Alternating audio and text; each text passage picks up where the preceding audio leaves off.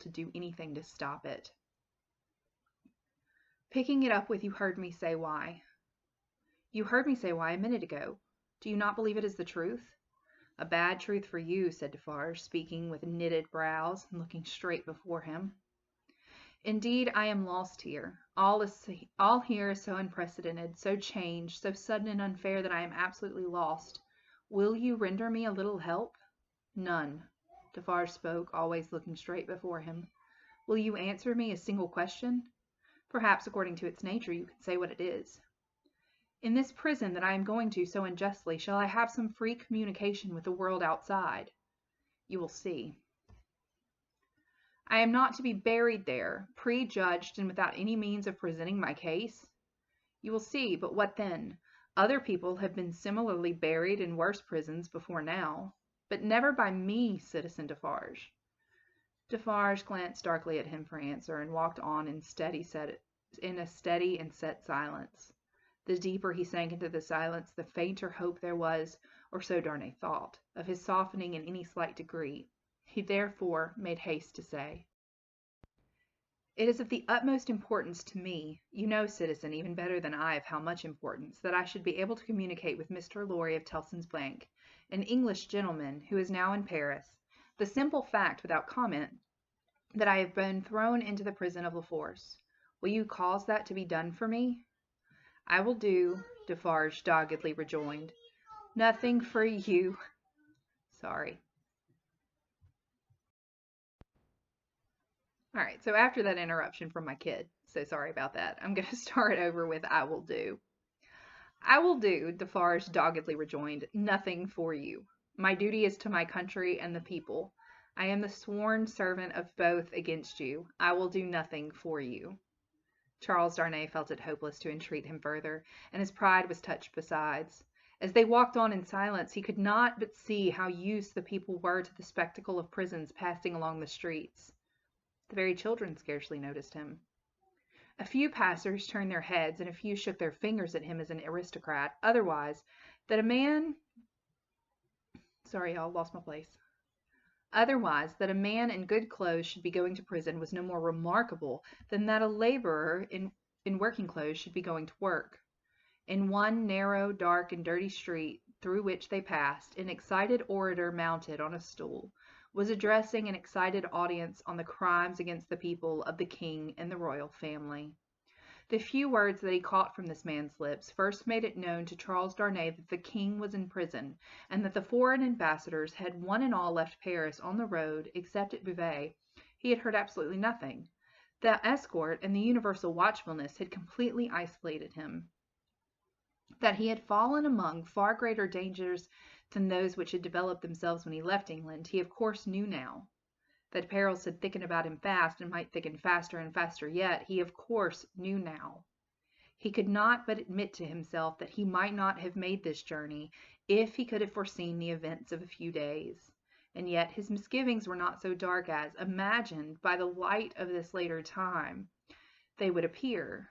Troubled as the future was, it was the unknown future, and in its obscurity there was ignorant hope.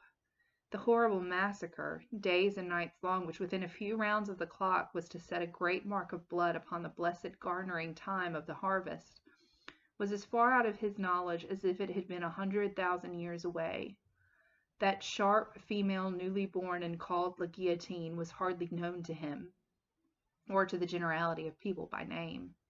The frightful deeds that were to be soon done were probably unimagined at the time in the brains of the doers. How could they have a place in the shadowy conceptions of a gentle mind? Okay, so what we find out here, he recognizes that it was stupid of him to leave London. He realizes that had he known what he was getting himself into, he probably would have stayed at home. He probably would have just left Gabelle to fend for himself. But he still doesn't know how dangerous the situation is. He still doesn't recognize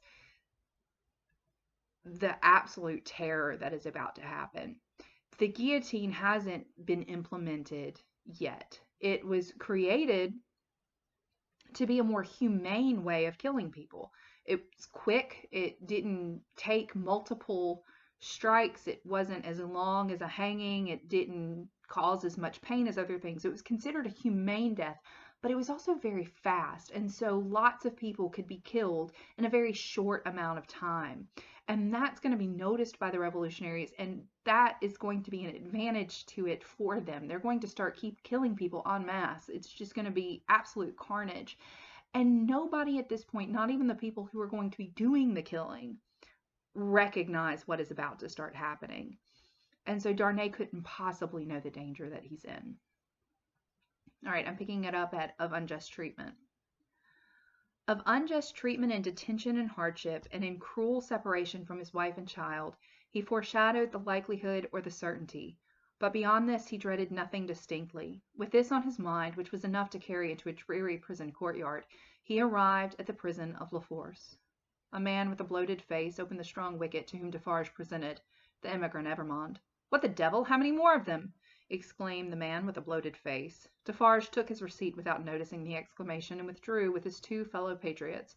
"What the devil, I say again!" exclaimed the jailer, left with his wife. "How many more?" So here, what this kind of lets us know is that the prisons are being overrun. They just keep arresting people. The jailer's wife, being provided with no answer to the question, merely replied, "One must have patience, my dear." Three turnkeys who entered responsive to a bell she rang echoed the sentiment, and one added, "For the love of liberty," which sounded in that place like an inappropriate conclusion. The prison of La Force was a gloomy prison, dark and filthy, and with a horrible smell of foul sleep in it.